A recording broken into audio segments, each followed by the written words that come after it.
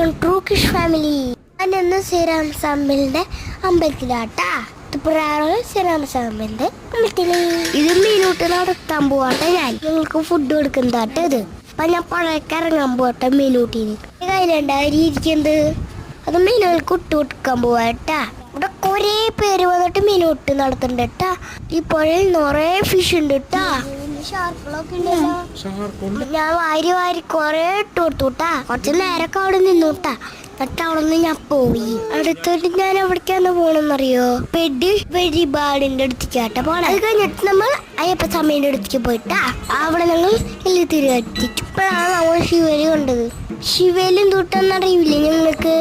സ്വാമിന്റെ പുറത്തേക്ക് എഴുന്നള്ളിക്കെന്താട്ടാ ശിവേലി കണ്ടിട്ട് ഞാൻ പുറത്തേക്ക് പോയി. നാലോണത്തോടെ ചൂരിക്കേക്കിനുണ്ടാ.